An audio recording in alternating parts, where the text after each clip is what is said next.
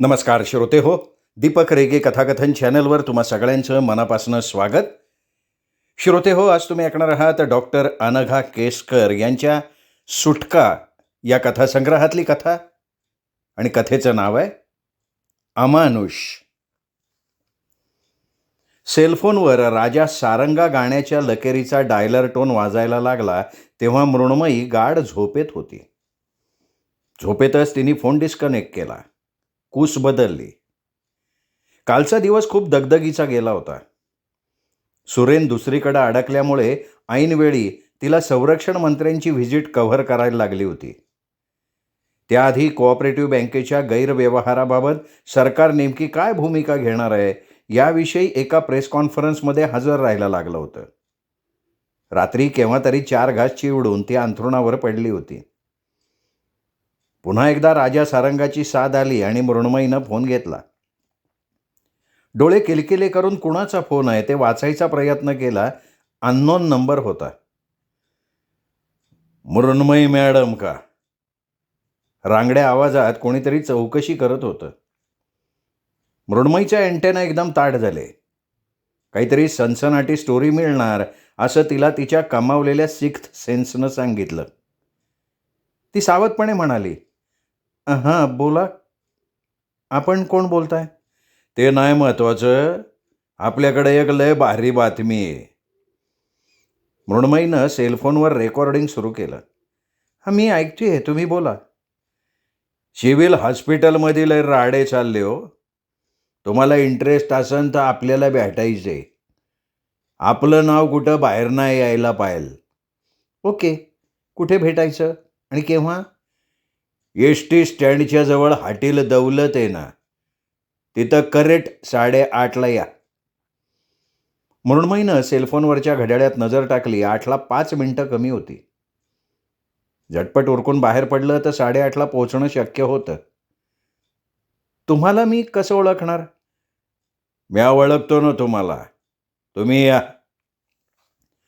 मृण्मयीनं तोंड धुतलं. उभ्या उभ्या दुधाचा ग्लास तोंडाला लावला. फिकट किरमिजी रंगाची शॉर्ट कुर्ती घातली. खाली गडद निळ्या रंगाची जीन्स चढवली. पाकिटात पैसे ठेवले आणि स्कूटरची किल्ली घेऊन ती बाहेर पडली. हॉटेल दौलतमध्ये ती पोहोचली तेव्हा 8:35 झाले होते. इकडे तिकडे बघत ती सावधपणे हॉटेलात शिरली. नाश्ता पाणी करायला आलेल्या लोकांची झुंबड उडाली होती. गल्ल्यावरचा बाप्या दातात अडकलेला अन्नकण काढण्यात रमला होता. भंगार टीव्हीवर टुकार देमार पिक्चर चालू होता. आमच्याकडे बालकामगार काम करत नाहीत अशी खडून लिहिलेली पाटी मळकत भिंतीवर सुतळीनं लटकवलेली होती. त्या पाटीसमोरच 2 14-15 वर्षाची वाटणारी पोरं चहाच्या ग्लासेसची चवड घेऊन गिऱ्हाईकांकडे चालली होती. मृण्मयीचं निरीक्षण असंच लांबलं असतं, पण तिच्या कानांची आवाज आला. कॉपऱ्यातल्या टॅबलाशी चालायचं, आपल्यासाठी रिझॉर्ट असते इथे. तिने वळून बघितलं तर मध्यम वयाचा, चौकडीचा बुशकोट घातलेला मिशीवाला माणूस तिच्याकडे पाहत बोलत होता. मुकाट्यानं ती त्याच्या मागे कोपऱ्यातल्या टेबलापाशी गेली. तिने 2 चहाची ऑर्डर दिली. आपल्यापाशी येळ नाही ज्यादा, एकदम मुद्द्यालाच येतो, पण त्याआधी थोडं, असं म्हणत तो खाकरला. मृण्मयीने 100ची एक नोट त्याच्यापुढे ठेवली. त्यांनी नोटेला हातही लावला नाही. टेबल्यावर टिचक्या वाजवत सुरेलपणे दाम करी काम येड्या हे गाणं गुणगुणायला लागला. मृण्मयीनं आणखीन एक नोट ठेवली.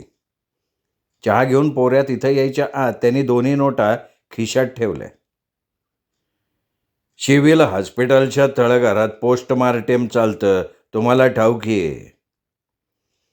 मृण्मयीविषयी त्या अनामिकानं माहिती जमवलेली दिसत होती. सिव्हिल हॉस्पिटलमध्ये मृण्मयीच्या अधूनमधून फेऱ्या व्हायच्या हे त्याला माहिती असावं, पण त्याच्या चेहऱ्यावर कुठलीही प्रतिक्रिया न देता मृण्मयी त्याच्याकडे प्रश्नार्थक मुद्रेनं पाहत राहिली. तिथून आहे ना गेले काही दिवस मुडद्यांचे मेंदू गायब होत्यात. कोण करतंय देवाला माहिती. मृण्मयीच्या अंगावर सरसरून काटा आला. भानावर येत ती म्हणाली, तुम्हाला काहीतरी अंदाज असेलच की, एवढं माहिती आहे म्हटल्यावर. ते तुमचं तुम्ही बघायचं.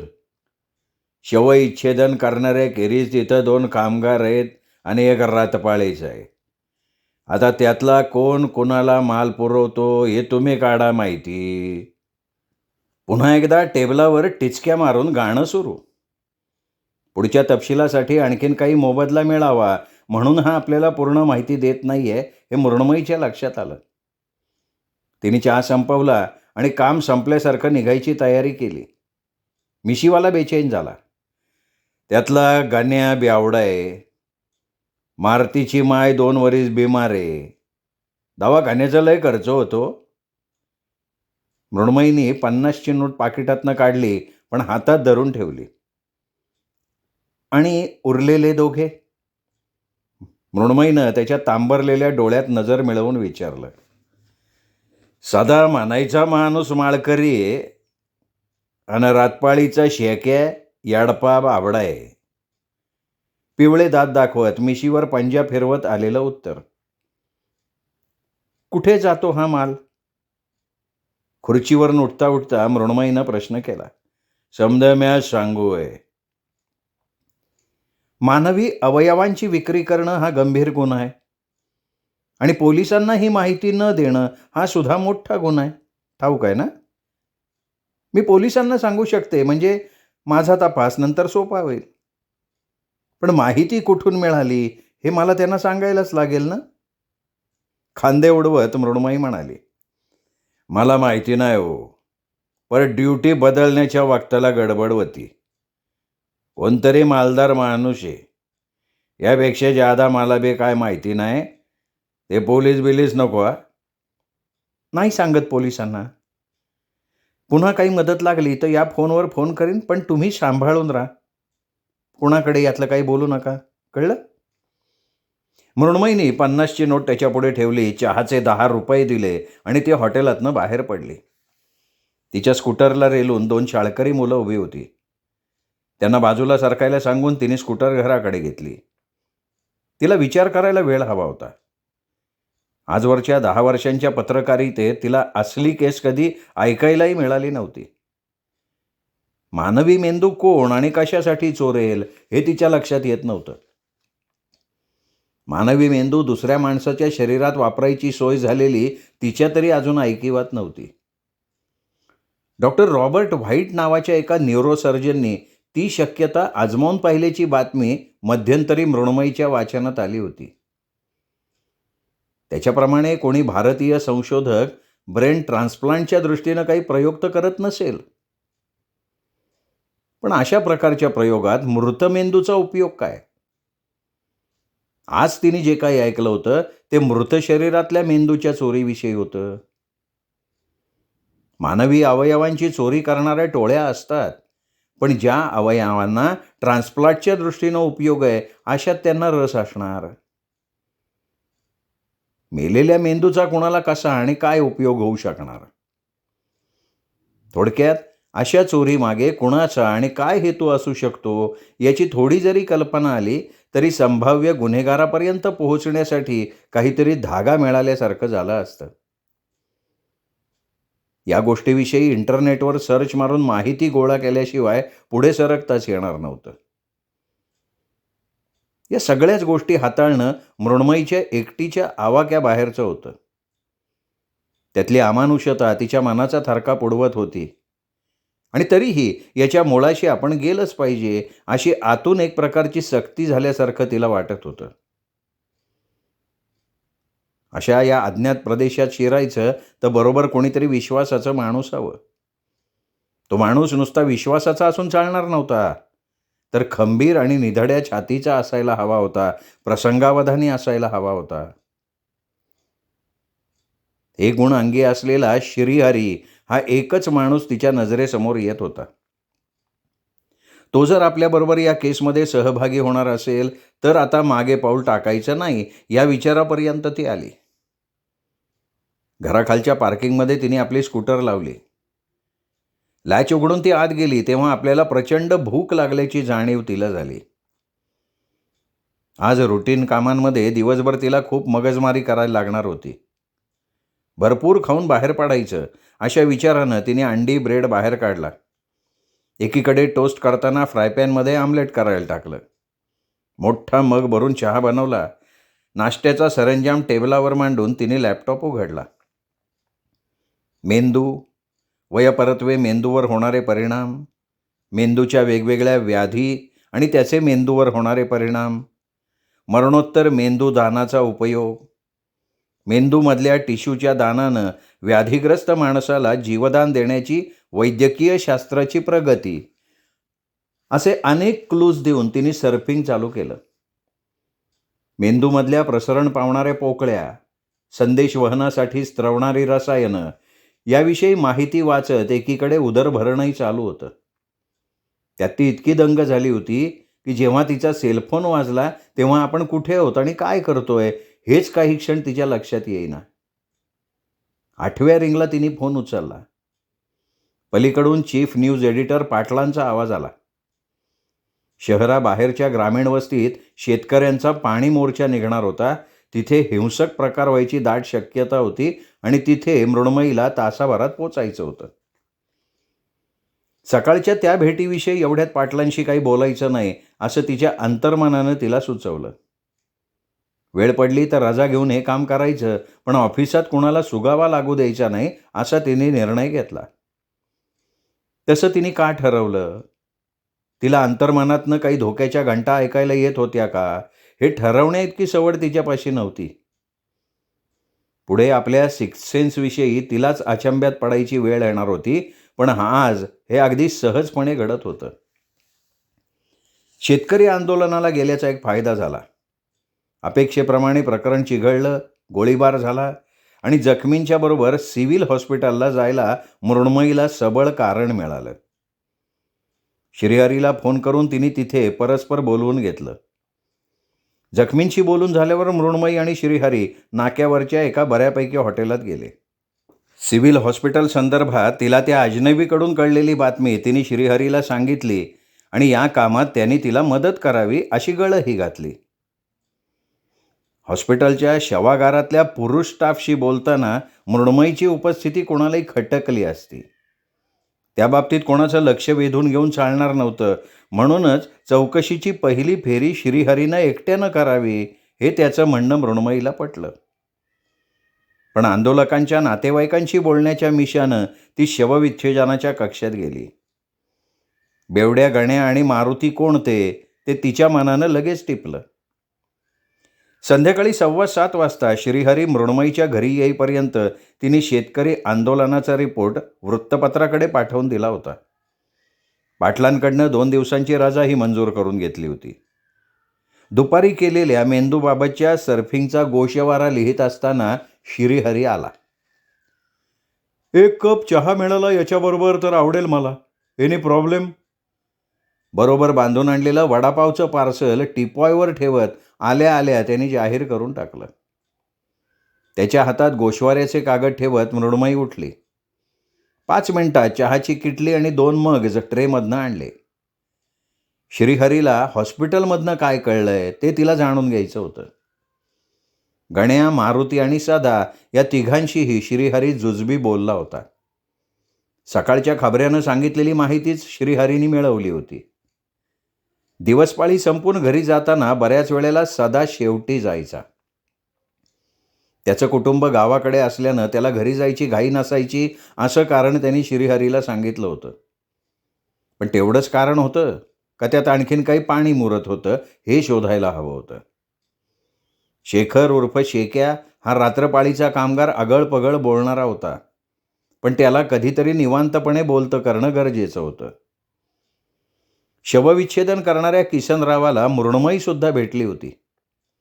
मृण्मयीच्या मते मेंदूची लपवाछपवी आणि सौदे करायची त्याला जास्त संधी मिळत असण्याची शक्यता होती, कारण विच्छेदनानंतर तपासणी झाली की संबंधित नातेवाईकांकडे मृतदेह देण्याची जबाबदारी त्याच्यावर होती.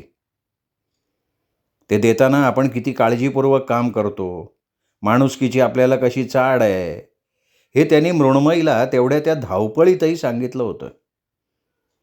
मृतदेहाची विटंबना होऊ नये म्हणून प्रत्येक शव पांढऱ्या कापडात नीट बांधून पॅक करून आपण अंत्यविधीसाठी देतो, हे त्याचं विधान मेंदूच्या गायब होण्याच्या घटनेच्या दृष्टीनं विचारात घेण्यासारखं होतं. किसनरावाचा 16 वर्षाचा मुलगा त्या कामात त्याला बरेच वेळेला मदत करायचा. त्यांची ही वैचारिक देवाणघेवाण चालू असताना एकाएकी मृण्मयी हसायला लागली. श्रीहरीने तिच्याकडे कुतूहलानं पाहिलं तेव्हा ती म्हणाली, "अरे, आत्ता कोणी इथे आलं आणि आपल्याला पाहिलं तर त्याला काय वाटेल? आपण किती कॅज्युअली घेतोय हे असंच वाटेल ना त्याला? चक्क खात पीत असताना आपण कोणाच्या तरी मरणाच्या, शवविच्छेदनाच्या गप्पा मारतोय." "मॅडम, मी याला टाईम मॅनेजमेंट म्हणतो. आपण जर हे प्रकरण कॅज्युअली घेतलं असतं तर तातडीनं ही मीटिंग घेतलीच नसती. So relax. मला वाटतं आपल्याला या कोड्याचं उत्तर शोधायचं असेल तर आणखीन एका बाजूनं विचार करायला लागणार आहे. पळवलेल्या किंवा खरं तर चोरलेल्या मेंदूचा एंड युजर कोण असू शकेल? याबाबत तुझे काही ठोकताळे?" "अरे, त्यासाठी तर मी ही मगजमारी करत बसले होते ना." नेट सर्फिंगच्या गोषवाऱ्याच्या कागदांकडे निर्देश करत मृण्मयी म्हणाले. "मग तुला काही उत्तरं सापडली का? तू तुझे तर्क सांग, मग मी माझ्या थिअरी सांगतो." "सगळ्यात सोपं उत्तर म्हणजे कोणीतरी विकृत मनोवृत्तीचा माणूस हे काम करतोय. कारण कुणाला काय उपयोग होणार आहे या मेंदूंचा?" दुसरं उत्तर मला सुचतंय ते असं, की काही काळी विद्या करणारे कल्ट्स असतात ना, तसा एखादा पंथ असावा. जादूटोणा, जारण-मारणसाठी हे असलं काहीतरी बीभत्स करायची प्रथा असते असं मी वाचलंय. आता तू बोल. तुझ्या या नोट्समध्ये डॉक्टर रॉबर्ट व्हाईटचं नाव आहे. मानवी मेंदूचा ट्रान्सप्लांट करणं अतिशय अवघड असलं तरी ते येत्या काही वर्षांमध्ये शक्य होणार आहे. म्हणजे या विश्वासानं ते प्रयोग करतायत बरं का. माकडावर असा प्रयोग यशस्वी सुद्धा झाला आहे. तेव्हा आपल्याकडचाही असा एखादा संशोधक झपाटल्यासारखा या विषयावर काम करत असण्याची मला शक्यता दाट वाटतेय. अतिशय बुद्धिमान माणसं एकांगीपणे वेडानं झपाटली की अशी वागू शकतात, पण या थिअरीशी मी सहमत नाही. अरे, मृत मेंदू घेऊन तो काय प्रयोग करणार? शिवाय अशा प्रकारचं ऑपरेशन करायचं झालं तर फक्त मेंदूच बदलून नाही चालणार रे, तर मुंडकंच्या मुंडकं दुसऱ्या धडावर बसवावं लागेल. हे या केसबाबत गैरलागू आहे. मला वाटतं आपण कोणा न्यूरोलॉजिस्टशी किंवा न्यूरोसर्जनशी बोलावं. साशंकपणे मृण्मयीनं आपला विचार बोलून दाखवला. "हो, पण त्यांच्याशी काय बोलणार आपण? म्हणजे आपल्याला ही माहिती का हवी आहे याबद्दल त्यांना काय सांगणार आपण? ॲट द मोस्ट आपल्या कोणा नातेवाईकाला मेंदूची व्याधी आहे असं खोटं सांगता येईल, पण त्यालाही मर्यादा आहेत, कारण त्या डॉक्टरांना ते रिपोर्ट दाखवायला लागतील." हां, एखाद्या प्रसिद्ध न्यूरोलॉजिस्टची किंवा न्यूरोसर्जनची सामान्य माणसांसाठी त्यांच्या कामासंदर्भात प्रदीर्घ मुलाखत घेतली तर? उजव्या पंजानं आपली हनवटी कुरवाळत श्रीहरीनं प्रकट चिंतन केलं. अल्झायमर किंवा पार्किन्सन डिसीजमध्ये दुसऱ्याच्या मेंदूच्या टिश्यूजचा वापर करून उपचार करणं शक्य आहे असं एका वेबसाईटवर म्हटलंय बरं का. पण तेही इथे लागू होणार नाही रे. कारण ज्या माणसाचा मेंदू वापरायचा ना, त्या माणसाच्या मृत्यूनंतर लगेच ते टिश्यूज काढून घ्यायला लागतात. आणि आपल्या या केसमध्ये पोस्टमार्टेम नंतर काही वेळानं मेंदू चोरीला जातात. मग त्यांचा काय उपयोग? त्यांच्या या चर्चा बराच काळ चालल्या होत्या. पण रात्र चढत गेली तरी त्यातून ठोस निष्पत्ती काहीच होत नव्हती. पुढे काय करायचंय याची आखणी करणं आवश्यक होतं. सगळ्यात महत्त्वाचं म्हणजे ऑफिसमध्ये कोणाशीच या विषयावर न बोलणं आणि रजा घेऊन वैयक्तिक पातळीवर तपास चालू ठेवणं आवश्यक होतं. शवविच्छेदनात आणि शवागारात काम करणाऱ्या कामगारांच्या कामाविषयी, व्यावसायिक अडचणींविषयी, वैयक्तिक आयुष्याविषयी एक मोठी बातमी तयार करायची आहे. अशा सबबीवर या सगळ्या कर्मचाऱ्यांना बोलतं करायचं असं दोघांच्या मते ठरलं. मृण्मयीच्या राहत्या घरी फोटो सेशनसकट माहिती घ्यायची असंही ठरलं. एकेकाला बाजूला नेऊन पाळीपाळीनं हे काम केलं तर कोणालाही संशय न येता, कुठेही बभरा न होता हवी ती माहिती मिळू शकली असती. त्यातूनच पुढच्या तपासाची दिशा मिळायची शक्यता होती. अर्थात ही माणसं दिसतात तितकी भाबडी नसतात. फार बेरकी असतात याची दोघांनाही जाणीव होती. खुबीनं त्यांना पत्ता लागू न देता माहिती काढायची म्हणजे बराच वेळ जाणार आहे याचीही कल्पना त्यांना होती. पुढचा 1.5 दिवस चौघा कर्मचाऱ्यांच्या आणि किसनरावाच्या मुलाखतीत खर्च झाला. आपल्यासारख्या लोकांच्या कामाला काहीही मान्यता नसली तरी ही शिकली सवरलेली तरुण मुलं आपल्याला एवढा भाव देत आहेत, आपले फोटो काढतायत म्हणून त्या सगळ्यांनाच मजा वाटत होती. शिवाय त्यांच्या चहापाण्याची सोय, वर थोडे पैसे एवढं मिळाल्यावर सगळे खुश होते. मारुती दिलेल्या वेळेपेक्षा अर्धा तास उशिरा आला. आल्या आल्या हात जोडून माफी मागितली. पण मोठ्या डॉक्टरांनी बोलवलं होतं म्हणल्यावर न जाऊन कसं चालन असा त्यांनी प्रश्न केला. डॉक्टर आपल्याला बोलवून घेतात इतकी आपली हॉस्पिटलमध्ये वट आहे असं या दोघांच्या मनावर बिंबवण्याच्या प्रयत्नात त्यांनी नकळत महत्त्वाचा धागा मृण्मयी श्रीहरीच्या हातात दिलेला होता.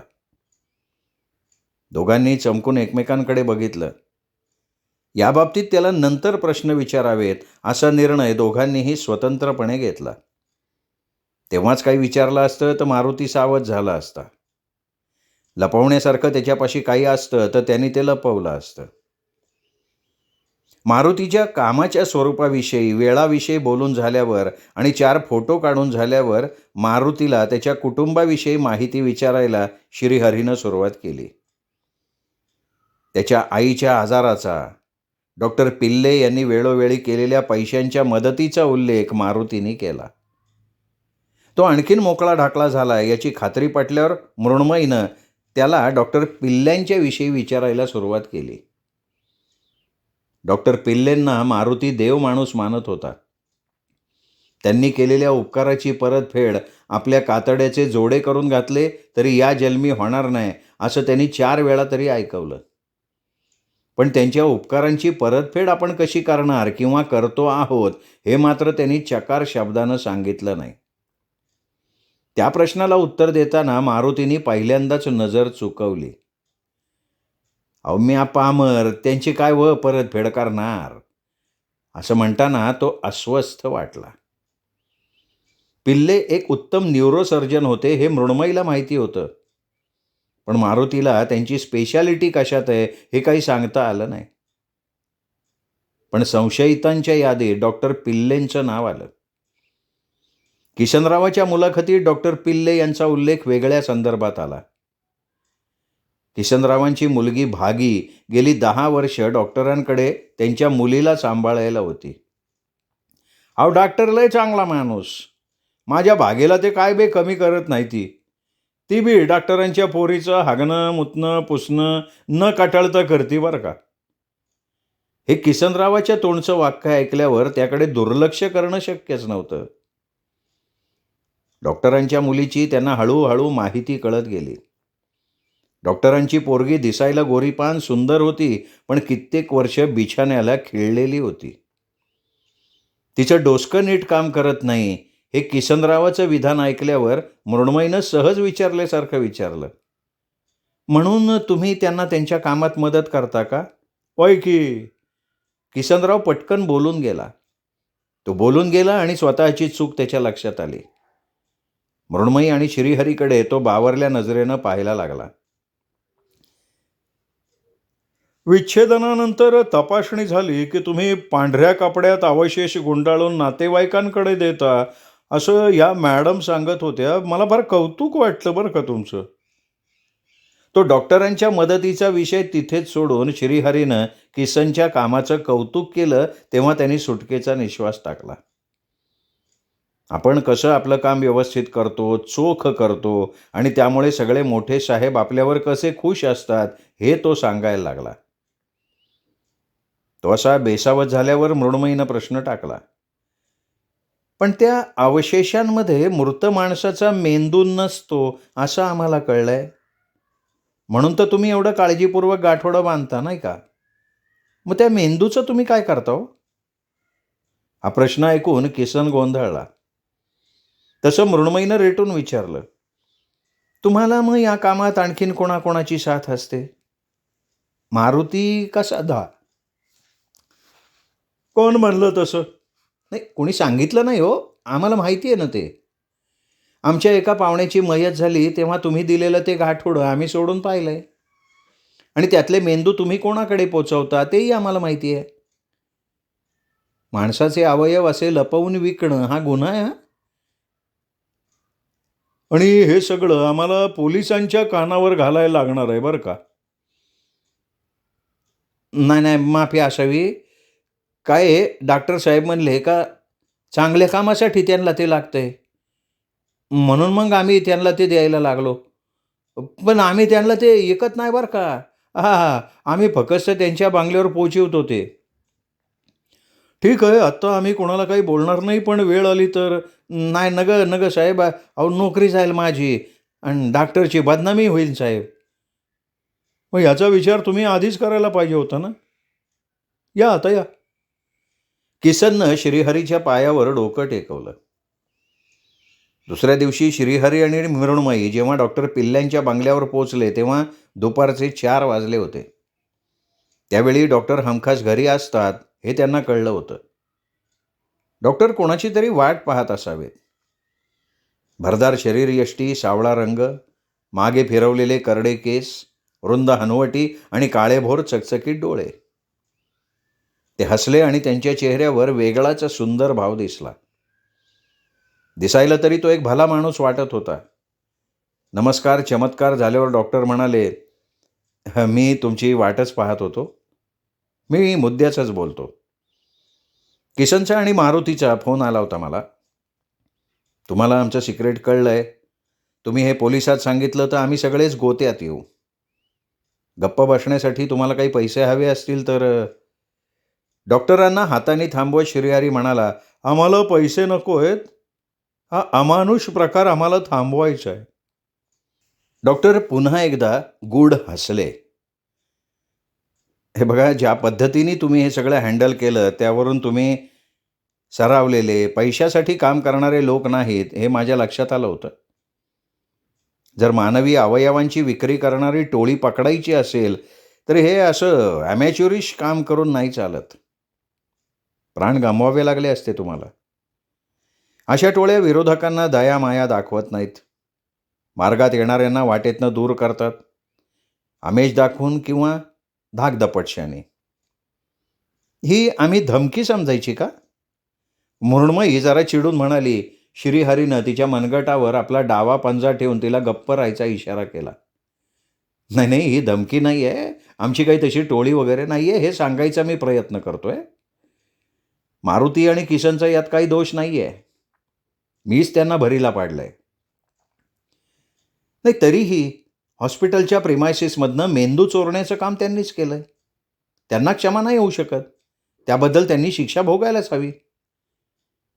हे बघा, तुम्हाला जी काही ॲक्शन घ्यायची आहे ती तुम्ही घ्या. पण आधी मी जे काही सांगतोय, दाखवतोय ते ऐका, बघा, मग काय तो निर्णय घ्या. डॉक्टर त्या दोघांना घेऊन बंगल्याच्या मागच्या बाजूला गेले.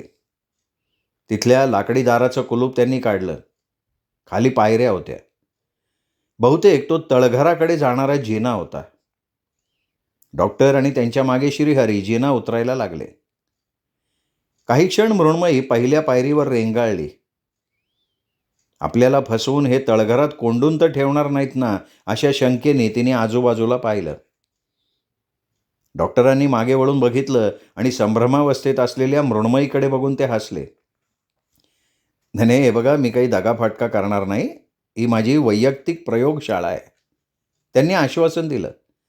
तरीही बिचकत बिचकत मृण्मयी जिना उतरून गेली.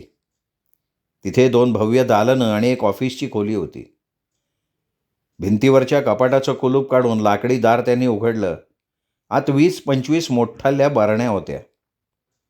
त्यात मानवी मेंदू कसल्याच्या द्रावात बुडवून ठेवले होते. मृण्मयीनं सर्फिंग करताना नेटवर मेंदूचे पुष्कळ फोटो पाहिले होते, म्हणूनच ते मेंदू आहेत आणि तो द्राव म्हणजे फॉर्मल्डेहाइड आहे हे तिच्या लक्षात आलं. मृत माणसांचे मेंदू मी इथे ठेवलेत. त्यांच्यावर माझं संशोधन चालू आहे. व्याधींमुळे आणि एजिंग प्रोसेसमुळे माणसाच्या मेंदूच्या रचनेत ग्रे मॅटरमध्ये, व्हाईट मॅटरमध्ये नेमके काय बदल होतात याच्या नोंदी मी माझ्या लॅबमध्ये करतो. त्यामुळे मेंदूच्या विकारांविषयी खात्रीलायक माहिती जमा होतीये. पूर्वी केलेलं डायग्नोसिस, प्रत्यक्ष दिसणारी लक्षणं आणि प्रत्यक्षात झालेलं निदान या गोष्टींचे मी तक्ते केलेत. फोटोसह ही माहिती मी जमा करतोय. पण कशासाठी? इंटरनेटवर एका क्लिकवर इतकी माहिती मिळत असताना याची गरजच काय? जी माहिती आज उपलब्ध आहे ती पुरेशी नाही आहे. आपल्याला आज जे कळलंय ते उद्या चुकीचं ठरतंय. कित्येक व्याधींसाठी अजूनही संशोधकांकडे रामबाण सोल्युशन्स नाही आहेत. हे माझ्याखेरीज कोणाला माहिती असणार. शिवाय फोटोंच्या काही मर्यादा असतात. प्रत्यक्ष पाहणं आणि फोटो पाहणं यात फरक असतोच का नाही? माझ्या 3 हुशार विद्यार्थ्यांना मी तयार करतोय. ते कसं? त्यांना ही लॅब, हे नमुने माहिती आहेत. हां, यातले नमुने मी त्यांना आलटून पालटून दाखवतो आणि त्यावरून त्यांना डायग्नोसिस करायला सांगतो. त्यात चुका झाल्या तर आम्ही त्या सुधारू शकतो. हे नमुने कुठून आले, कसे आले हे त्यांना माहिती नाही आहे. कुणीतरी लॅबमध्ये वावरत असल्यासारखी दालनाच्या आतल्या बाजूनं खुडबुड ऐकू येत होती. मृण्मयीनं त्या दिशेनं चमकून पाहिलं. लॅबला बाहेरून कुलूप असताना तिच्या मनात शंका आली. तिच्या चेहऱ्यावर ती लगेच प्रतिबिंबित झाली. डॉक्टर पिल्लेंनी आतल्या भागात जायचं दार उघडलं. तिथे उंदरांचे पिंजरे ठेवले होते. माणसांच्या आणि उंदरांच्या मेंदूच्या ठेवणीत साम्य आहे हे तुम्हाला माहिती असेलच. उंदरांच्या मेंदूवर काही प्रयोग मी इथे करतोय. उंदराचा मेंदू मृत झाल्यावर लगेच त्याच्यामध्ये रसायनं इंजेक्ट करून आणि त्यामध्ये इलेक्ट्रॉनिक चिप बसवून तो मेंदू काही काळ ॲक्टिवेट करता येतो असं माझ्या लक्षात आलंय. गेल्या वर्षी मला त्यात यश आलं. त्यावेळेला अर्धा मिनिट मेंदू जिवंत राहू शकला होता. आता तो काळ अर्ध्या तासावर आलाय. हळूहळू तो काळ आणखीन कसा वाढवत न्यायचा याच्यावर मी प्रयोग करतोय. एकदा ॲक्टिवेट केलेला मेंदू हायबरनेशनमध्ये ठेवता येईल का? किंवा ओपन हार्ट सर्जरीच्या वेळी हृदय जसं 1.5-2 तास कृत्रिमरित्या बनवलेल्या ऑक्टोपसवर ठेवता येतं ना, तसंच ऑक्टोपस? श्रीहरीने विचारलं. ऑक्टोपस हे इलेक्ट्रॉनिक यंत्रणेला शास्त्रज्ञांनी दिलेलं नाव आहे. हृदयावरची शस्त्रक्रिया करायला वेळ लागतो. शस्त्रक्रिया चालू असताना हृदयाचं काम बिघडू न देता इन्सिजन घेणं, रक्तवाहिन्या काढून त्या जागी शरीरातल्या दुसऱ्या भागातल्या वाहिन्या बसवणं, सुचर्स करणं यात जोखीम असते. म्हणून स्टॅबिलायझिंग सिस्टीम कृत्रिमपणे वापरली जाते. तशी सिस्टीम मेंदूसाठी तयार करता येईल का? यावर माझा एक विद्यार्थी काम करतोय. त्याच दालनातल्या कोपऱ्यात अगम्य वाटणारी काही छोटी उपकरणं मोठ्या लाकडी टेबलवर ठेवली होती. डॉक्टर बोलता बोलता या दोघांना घेऊन तिथवर गेले. आता हे सगळं म्हणजे तुम्ही अगदी परीकथेतल्यासारखं बोलताय बरं का? श्रीहरीनं अविश्वासानं मान हलवत म्हटलं. डॉक्टर हसले आणि म्हणाले, प्रत्येक शोध लावताना माणसं अशा परीकथा बघतात, त्यावर काम करतात आणि मग त्याचं तंत्र आणि शास्त्र बनतं. कृत्रिम हृदय ही सुद्धा एकेकाळी कविकल्पना वाटत होती. आज ऑक्टोपसचा वापर सर्रास होतोय. लॅबचं दार बंद करून ते तिघे बैठकीच्या खोलीत आले. एवढं स्पष्टीकरण मिळूनही या स्पष्टीकरणात काहीतरी महत्त्वाची गोष्ट राहून जातीये अशी सूक्ष्म जाणीव होत होती. काय ते समजत नव्हतं. आणि एकदम वीज चमकावी तशी सणकन ती इन्फॉर्मेशन गॅप लक्षात आली. त्यांनी प्रश्न केला, डॉक्टर मला एक गोष्ट समजत नाहीये. शवविच्छेदनानंतर मिळवलेला मेंदू यासाठी काय कामाचा? कारण मेंदू एकदा मृत म्हणून घोषित केल्यावर कितीतरी तास जात असतील ना मध्ये. मग तेवढ्या वेळानंतर तो मेंदू तुम्हाला मिळाला काय किंवा मिळाला नाही काय सारखंच आहे. Now you have come to the crux of the problem. म्हणजे म्हणजे तुम्ही हॉस्पिटलमधले मृत मेंदू चोरता? आय मीन पळवता? My God! मृण्मयी एकदम निष्कर्षाला पोचली. नाही, नाही, नाही. You are wrong. Totally wrong. मी आधी डॉक्टर आहे आणि नंतर मी संशोधक आहे. मी माझ्या संशोधनासाठी सुद्धा कोणाला मारणार नाही. हां, पण एक इर्रेग्युलॅरिटी मी करतो. माझ्यासाठी आमच्या हॉस्पिटलमधल्या टर्मिनल केसेस महत्त्वाच्या असतात. त्या केसेसवर माझं बारीक लक्ष असतं. त्यांचा मेंदू मृत झाला की तातडीनं मी माझ्या रसायनांचं कंपाऊंड इंजेक्ट करतो. मेंदू संदर्भातल्या टर्मिनल केसेसमध्ये चिप बसवणं सुद्धा शक्य होतं. अरे पण हा सरासरी गुन्हा आहे. हा कायद्यानं गुन्हाच आहे. कायद्यानं गुन्हा आहे, पण त्यामध्ये कोणाचंही नुकसान होत नाही ना. झाला तर मानवाचा फायदाच आहे. आणि म्हणून नैतिकदृष्ट्या मला ते चूक नाही वाटत. माझ्याकडे येणारे मेंदू हे फक्त हॉस्पिटलमध्ये मरण पावलेल्या रुग्णांचे असतात. ॲक्सिडेंटच्या केसेसचा मला उपयोग नाही. अर्थात हे सगळे तपशील किसनरावाला किंवा मारुतीला माहिती नाही आहेत. मला हव्या असलेल्या मेंदूच्या रुग्णांच्या शवावर मी खूण करून ठेवतो. तुम्हाला आणखीन एक गोष्ट दाखवायची आहे. बी प्रिपेअर्ड. सोफ्यावर बसायच्या तयारीत असलेल्या श्रीहरीला त्यांनी म्हटलं. कोपऱ्यातल्या खोलीत ते त्या दोघांना घेऊन गेले. तिथे अंथरुणावर एक अपंग मुलगी निजली होती. खोलीत कोण आलंय याची त्या मुलीला दखलही नव्हती. तिच्या वयाचा अंदाज येत नव्हता. पण ती कोण असावी याचा त्या दोघांनाही अंदाज आला. तिच्यावर लक्ष ठेवायला एक तरुणी होती. ती उठली, तिने सगळ्यांना नमस्कार केला. बहुतेक ती भागी असावी असा मृण्मयीने तर्क केला. ते तिघे खोलीतनं बाहेर पडल्यावर डॉक्टर म्हणाले, माझी मुलगी अंजना. 4 वर्षांची असताना तिला ताप आला होता. चांगली हसती खेळती मुलगी, त्यातून बरी झालीच नाही. तेव्हापासून मी न्यूरोसर्जन असून, अनेक न्यूरोलॉजिस्ट माझे मित्र असूनही मी हिच्यावर उपाय नाही करू शकलो. मग ठरवलं की जेवढी म्हणून मेंदूविषयी अभ्यास करता येईल तेवढा अभ्यास करायचा. नमुने मिळवायची माझी पद्धत चुकीची असेल, पण त्यात नुकसान कोणाचं नाही आहे. सिव्हिल हॉस्पिटलमध्ये एवढे नमुने नीट सांभाळायला यंत्रणा नाही आणि बाकी कोणाला ते सांभाळू देणार नाहीत. त्यांच्या नकळत ते तिथून हलवणं हा कायद्यानं गुन्हा आहे. पण तुम्हाला जसं हे वागणं अमानुष वाटलं तसं ते नाही आहे. मी रदबदली करत नाही आहे. मला केलेल्या गोष्टींचा पश्चात्तापही नाही आहे. मला जे योग्य वाटलं ते मी केलं. तुम्हाला जे योग्य वाटेल ते करायचा तुम्हाला अधिकार आहे. चूक काय, बरोबर काय, ते मृण्मयी श्रीहरीला ठरवता येईना. डॉक्टरांनी केलेला चहाचा आग्रह मृण्मयी श्रीहरींनी नम्रपणे मोडून काढला आणि ते सुन्न मनानं बाहेर पडले. आपल्याला कळालेल्या माहितीचं आता नेमकं काय करायचं या संभ्रमात होते. एकमेकांची चकार शब्द न बोलता ते तिथून निघाले. डॉक्टर पिल्ल्यांनी त्यांचा सेलफोन काढला.